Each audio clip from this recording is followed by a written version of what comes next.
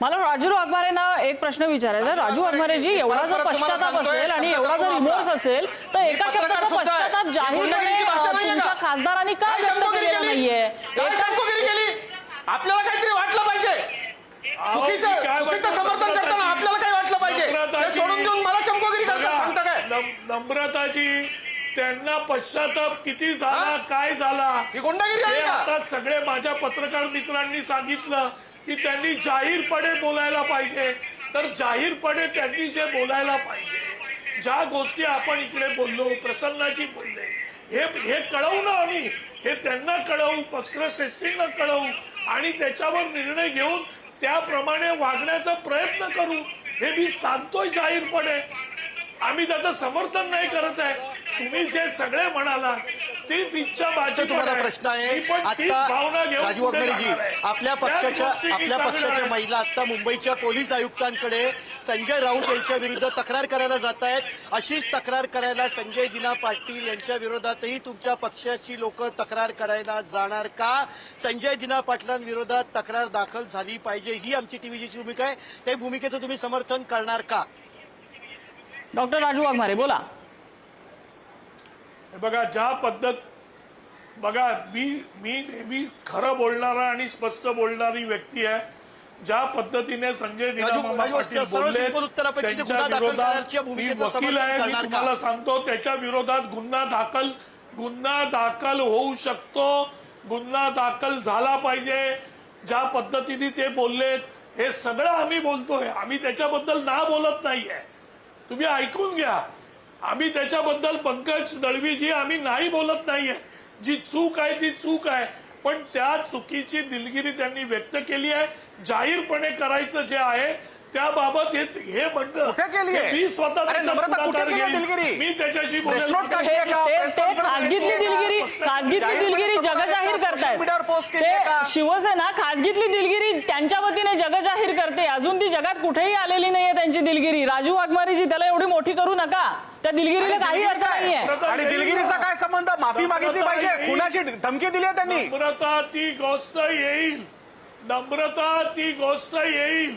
आणि त्या दिलगिरीच्या आधी एकनाथ शिंदे यांनी ज्या वेळेला येऊन पोडियमवर येऊन सांगितलं, मी ऐकलं, त्यांनी माझ्याकडे दिलगिरी व्यक्त केली, त्यांना या गोष्टीचं वाईट वाटतंय, त्याच्या पुढच्या सेकंदाला तुमच्या पक्षाच्या नेत्यांनी सांगायला पाहिजे होतं पक्ष त्यांच्यावर काय कारवाई करणार आहे ते. कारण तुमच्या खासदारांचे शब्द, त्यांनी दिलेली धमकी किती गंभीर होती, त्याचं वेटेज किती होतं, किती गांभीर्य होतं, हे तुमच्यासारख्या नेत्यांना सुद्धा कळलेलं आहे.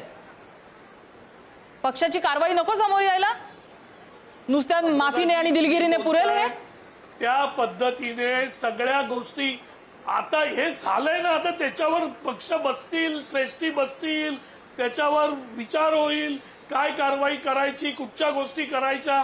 या बाबतीत काय केलं संजय गायकवाडांबद्दल? काय केलं संजय गायकवाडांबद्दल? काय केलं नम्रता? संजय गायकवाडांबद्दल काय केलं पक्षश्रेष्ठींनी? आम्ही नोटीस पाठवल्या संजय गायकवाडांना, ताकीद दिली, नोटीस पाठवल्या, त्यांना ताकीद दिली. भाजपने सुधीर मुनगंटीवाराच्या विरोधात काय केलं? प्रसन्न हे ना सगळे पक्ष प्रसन्न एका माळेचे मणी असतात. सगळे एकमेकांकडे बोट दाखवतात आणि मग सगळ्यांची हिस्ट्री बाहेर निघते. मी नम्रता एक आपल्या प्रेक्षकांना माहिती असावी म्हणून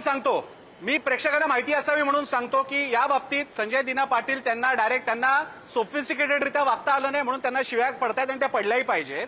मवियाच्या काळामध्ये एका पत्रकाराला त्याच्या बातमीचा चुकीचं इंटरप्रिटेशन पोलिसांनी केलं म्हणून त्याच्या घरातून रात्री गुन्हेगारासारखं उचलण्यात आलं आणि दामण्यात आलं होतं. हे जाणीवपूर्वक करण्यात आलं होतं. हे मविया सरकारच्या काळामध्ये.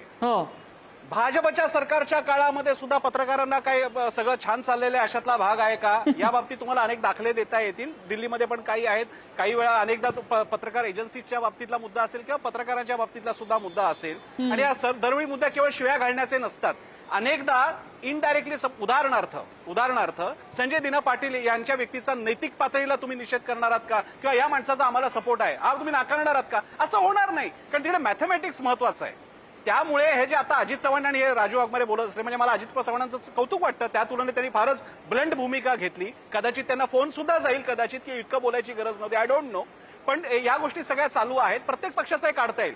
आता शिवसेनेच्या बाबतीत आपल्याकडचा एका पत्रकार वर्गाला ना शिवसेना ठाकरे गटाचं फार कौतुक आहे. शिवसेनेने अधिकृतरित्या एका चॅनलवरती हल्ला घडवून आणला होता. हल्ला, त्याच्या केसेस चालू आहेत आणि ते करणारे सुद्धा संजय यांच्याशी संबंधित होते. अजूनही त्याच्या केसेस चालू आहेत. काय झालं त्याचं? आणखी यापूर्वी पण असे हल्ले झालेले आहेत. काहीतरी बोललं म्हणून त्याचे हल्ले झालेले आहेत. आपल्याला जर का अभिव्यक्ती स्वातंत्र्याचा इतिहास काढायचा म्हटलं ना, प्रत्येकाच्या बाबतीत काही ना काही काढता येईल आपल्याला. हे आता समोर आले म्हणून यांच्याबद्दल आपण बोलतोय. उद्या परिस्थिती पालटली. मी म्हणालो तसं 2 आठवड्यापूर्वी हे झालं असतं तर हे गोदी मीडियावाले पत्रकार, आणि हे आजही अरविंद सावंत वगैरेची भाषा असते, गोदी मीडियावाले पत्रकार कॉर्नर करत होते म्हणून बिचाऱ्यांचा संयम सुटला वगैरे, हेच जयेश वाणी बोलत असले असते, हेच सुषमा अंधारे बोलत असले असत्या. प्रसन्न सर, 2 दिवसापूर्वीची पत्रकार परिषद आठवते ना, ज्या दिवशी ज्या वेळेला अरविंद सावंत भडकलेले होते पत्रकारांवरती. जर का हे पत्रकारांना थेटपणे मारण्याची भाषा करत असतील तर उद्या जाऊन ते सर्वसामान्यांचं काय करत असतील की जे कॅमेऱ्यावरती येत नाहीत. याचं मात्र भान आपण सगळ्यांनी ठेवलं पाहिजे. अन्यथा अभिव्यक्ती स्वातंत्र्याच्या बाबतीत जवळपास काय काही जणांचं थेट समोर दिसतं, काही जणांचं दिसत नाही. नम्रता अगदी